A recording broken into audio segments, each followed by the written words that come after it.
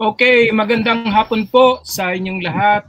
Paumanhin at maingay po ang aking background. Ito po muli ang Likas News Break at ito'y pahabol na balita tungkol sa bagong liderato ng LTFRB. Narito po ang ating correspondent, si Sir Edmund Samaniego, Pangilinan. Pasok, Sir Ed. Yes, sir. Luzon, Visayas, Mindanao, and worldwide. Magandang hapon. At ito ang latest dito sa LTFRB. At ang sabi rito, ang the Land Transportation Franchising and Regulatory Board, LTFRB, under the leadership of Attorney Vigor D. Mendoza II, and under the guidance of Acting Department of Transportation, DOTR Secretary Giovanni Lopez, became a new hope for transport groups that has been protesting the government's failure to understand their daily hardship. Chairperson Mendoza personally went to the transport strike protest of Manibela on Monday, October 13 in Quezon City, where he committed to relay their concerns to Secretary Lopez. Malapit si Secretary Lopez sa sektor ng transportasyon at makikita ito sa kanyang concern, lalo na dito sa mga PUB sector. At coming from the transport sector himself, for a long time, si Chairman Mendoza naman ay he understands the concerns of jeepney operators and drivers, particularly their daily hardship to earn a living. From the rising fuel prices to maintenance costs, drivers would usually come home with so little to provide for their respective family.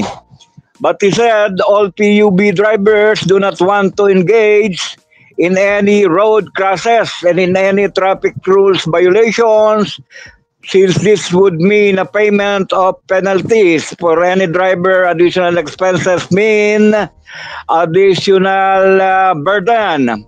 So all in all, we are all aligned in the general objective for road safety. The missing link so far is how the national government could extend assistance in order for our PUB drivers to work well and to take home sufficient amounts of money for the daily needs of their family, said Asik Mendoza. Tama naman siguro to sa aking palagay, at ito ang side ng naman to ng LTFRB and most probably pati na yung mga LTO concern. At umatend rin ako ng press conference mismo ni Manibela founder si Mar Balbuena, at nadirin ko rin ang concern niya sa kanyang mga miyembro. Same time yung naka-uniforme na ng Manibela, sinisita pa sa mga kalsada. At napakataas ng mga penalties, maabot pa ng minabanggit siya, 6,000 plus. Ano ba yan? At yung concern nga rin niya dun sa DOTR, saka yung SAEP ba yun, ni Mr. Lim. So yun ang pinupunto niya, at una nga sinabi ni Mar Balbuena na magkakaroon ito ng strike Wednesday. Pero binago niya ito at ginawang Monday, at yung mga videos naman natin at mga report ay pinorward ko sa LTO and LTFRB, at most probably sila nakabasa ng ating news, at ginawang in advance. Instead of Wednesday ang welga ay ginawa nilang Monday at tinumbok sila ni Sir Vigor Mendoza, at yun ang resulta, at napaganda ang pag-uusap, at hopefully ay magbigyan ng follow-up report kay DOTR Secretary Lopez sa tulong ni LTFRB Chairman Attorney Vigor Mendoza II, at most probably din sa mga LTO people na si Sir Marcos Lacanilao. So maganda ang mangyayari nito. Baka hopefully wala na yung mga welga na yun, dahil magbibigyan na ng prioridad at may endorse ni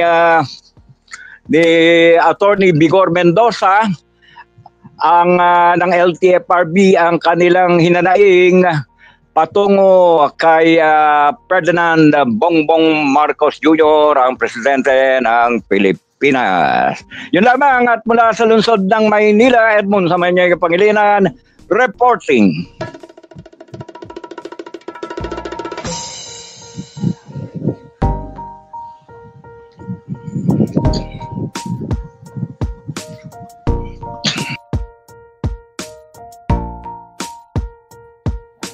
Maraming salamat, Sir Ed, at sa muling pagbabalik po ng Likas Newsbreak para sa mga basahon nating news update. Magandang gabi po, magandang hapon sa inyong lahat.